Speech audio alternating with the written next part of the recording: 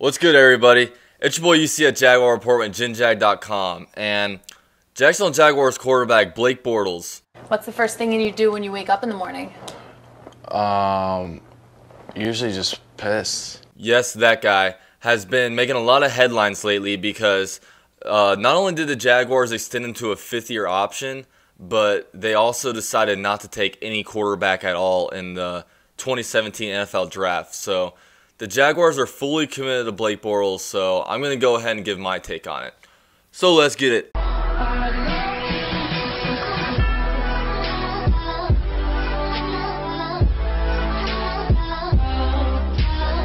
Alright, so Blake Bortles isn't really a topic that I really like to talk about too much, just because it's a really hard topic to debate because you really only fall on one of two sides, and it's kind of hard to steer anybody in any other direction. And I also kind of fall on a minority viewpoint on him because I actually think that he can. I'm not saying that he will become a franchise quarterback, but I think he definitely has the ability to. And I also don't really like to talk about Bortles just because I feel like I may have a little bit of a biased standpoint on him just because he was my favorite quarterback in college. And some of the things I saw him do in college were, pretty crazy. But here's some reasons why I do believe in Bortles.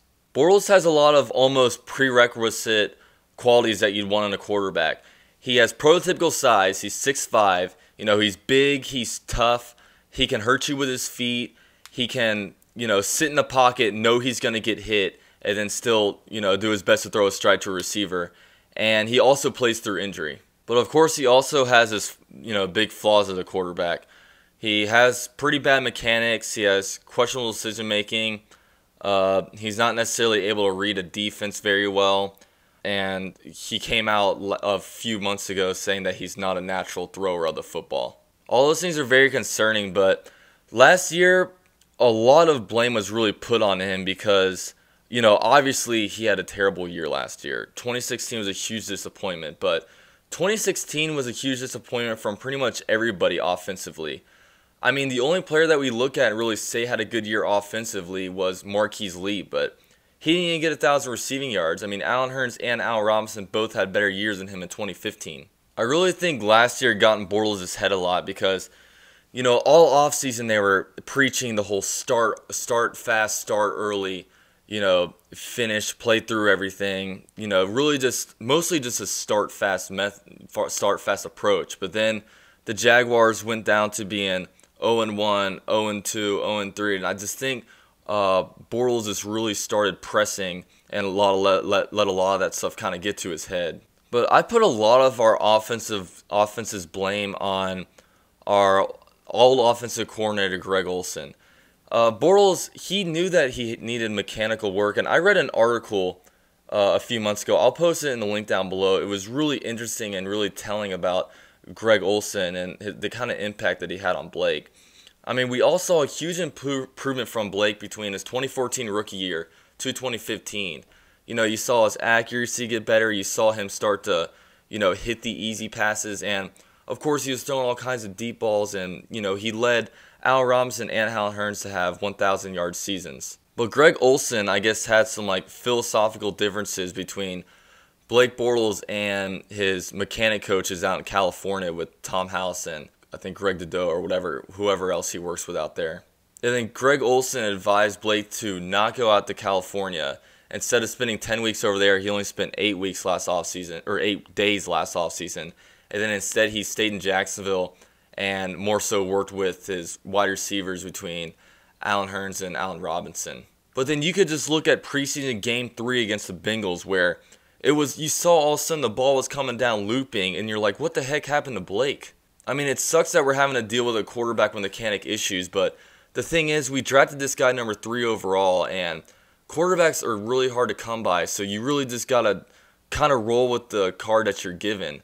I mean, we could have overdrafted a quarterback in 2017's draft or, try to find some middle-of-the-road free agent. But I guess Tom Coughlin and Dave Caldwell and Doug Marrone all saw Bortles as the best option to win this year. But I think once Greg Olsen got fired and Nathaniel Hackett became offensive coordinator, our offense obviously became a lot better. And then at the last 2 games of the year when Gus Bradley was fired and when it was just, Doug Marrone and Nathaniel Hackett running the offense, you saw Bortles have his 2 best games of the year because I guess that week they really worked on a lot more footwork in practice and just a lot more about, trying to get his footwork right, get his mechanics a little better, and you really saw a lot better quarterback the last 2 weeks of the season. If you look over Bortles' stats over his final 2 games under Doug Marrone, you'll see that he actually played pretty well.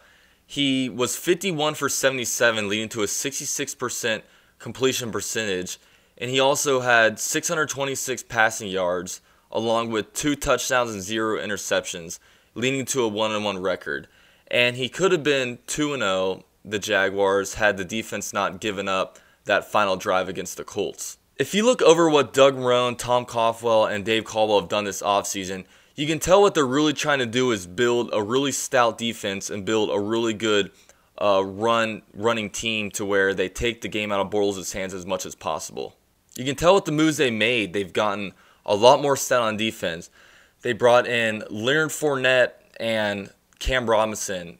Both players are, Cam Robinson's great, one of the best offensive linemen in this draft against the run. And they brought in Brandon Albert to help out too, who's also who's been one of the better run blocking linemen in the NFL over the last few years. But also, I really just had the belief that if we can get our 2015 Blake Bortles back and combine that with a running game along with a good defense, I think that we could be a really good team.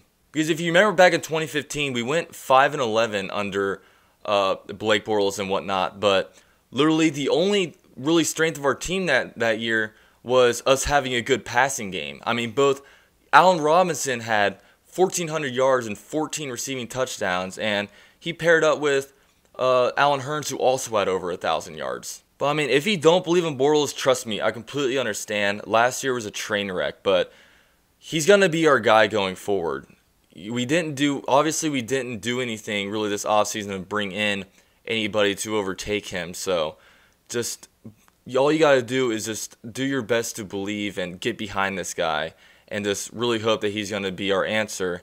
And if not, we'll get one of these top quarterbacks in the draft next year, and we'll see what Brandon Allen has during the season and know what we have in that guy. But yeah, guys, those are my thoughts on my man. Balake. Take it for what it's worth. I know you're pretty much sitting on one side or the other, but those are kind of my thoughts on it. Where is Balake at? His back's against the wall right now. He's got to play to the best of his ability, and I think he really, truly does want to be a winner. I don't think he wants to be a loser. No Balake here today. I think when he looks at his tape from last year, he cringes and wants to get better. Are you out of your goddamn mind?